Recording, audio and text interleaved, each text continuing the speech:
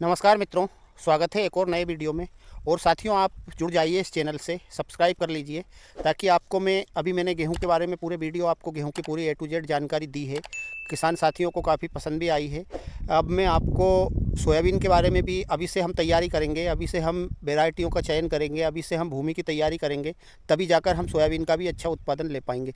तो दोस्तों, हम आज के वीडियो में सोयाबीन की उन वैरायटियों के बारे में ही बात करने वाले हैं जो पिछले साल काफ़ी क्षेत्रों में, लगभग हमारे क्षेत्र में तो बम्पर उत्पादन दिया था। और भी बहुत सारे किसान साथियों की रिपोर्ट थी कि साहब ये वैरायटियाँ ठीक निकली थी। और जो कुछ वैरायटियाँ हमारी पिट गई थी पूरी तरह से, वो हमारे क्षेत्र में भी पिटी थी।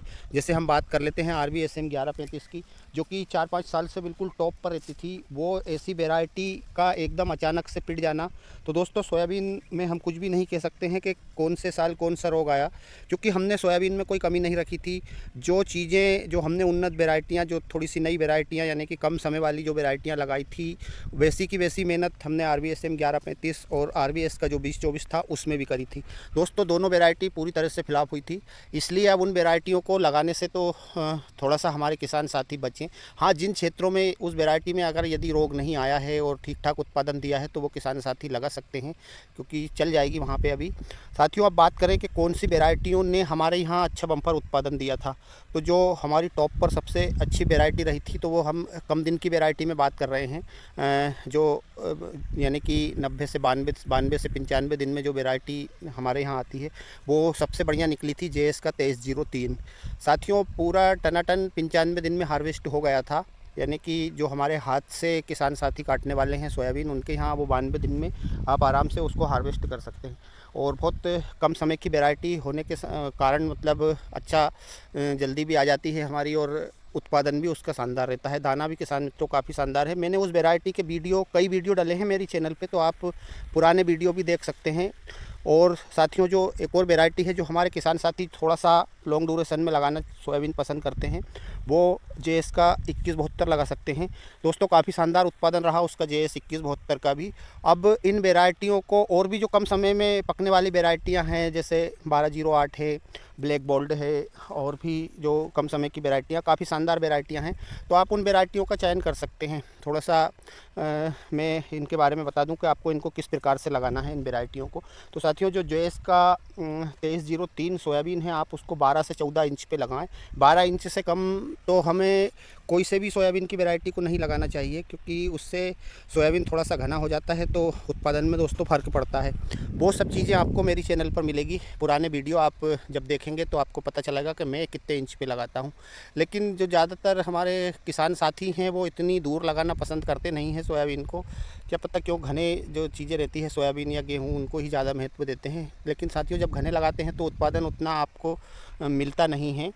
मैं हमेशा सोयाबीन को 16 इंच पे ही लगाता हूँ, चाहे वो वैरायटी कोई सी भी हो। 16 इंच से कम सोयाबीन नहीं लगाता हूँ, और दोस्तों अच्छा उत्पादन आता है।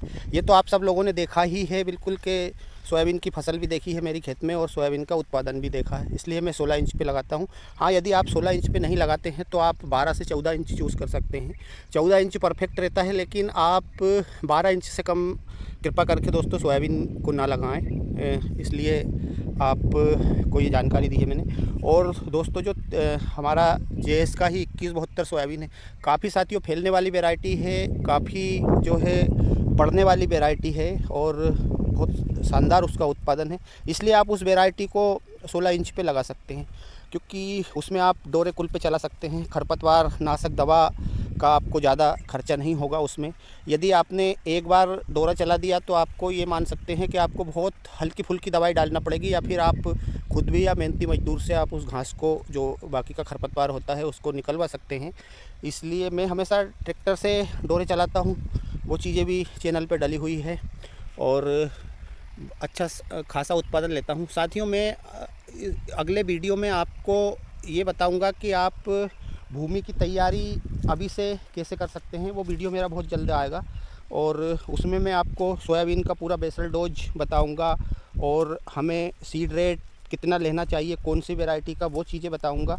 तो आप कृपा करके इस चैनल को सब्सक्राइब कर लेना, और यदि मेरी जानकारी आपको अच्छी लगती हो तो आप वीडियो को लाइक कर देना और अपने और भी किसान साथियों के साथ शेयर भी कर सकते हैं, ताकि ज़्यादा से ज़्यादा किसान साथी हमसे जुड़ सकें और उनको अच्छी जानकारी मिल सके और साथियों वो सोयाबीन का अच्छा उत्पादन ले सकें। क्योंकि एक तो सोयाबीन का रेट कम है और ऊपर से हम उत्पादन भी अच्छा नहीं ले पाएंगे, तो फिर हमें थोड़ा बहुत कहीं ना कहीं किसी दूसरी तरफ जाना पड़ेगा। इसलिए आप रेट अगर थोड़ा बहुत कम भी है तो हम थोड़ा बहुत उत्पादन बढ़ा करके और उस चीज़ को कवर कर सकते हैं। क्योंकि मित्रों दोस्तों हमारे हाथ में सोयाबीन का रेट तो है नहीं, इसलिए हम लेकिन उत्पादन लेना हमारे हाथ में ज़रूर है। अगर हमें कुदरत ने साथ दिया और मौसम ने साथ दिया तो हम हमारा उत्पादन कुछ चीज़ें करके, कुछ परिवर्तन करके, कुछ थोड़ी सी हमारी मेहनत बढ़ा करके और हम दोस्तों उत्पादन अच्छा ले सकते हैं सोयाबीन का।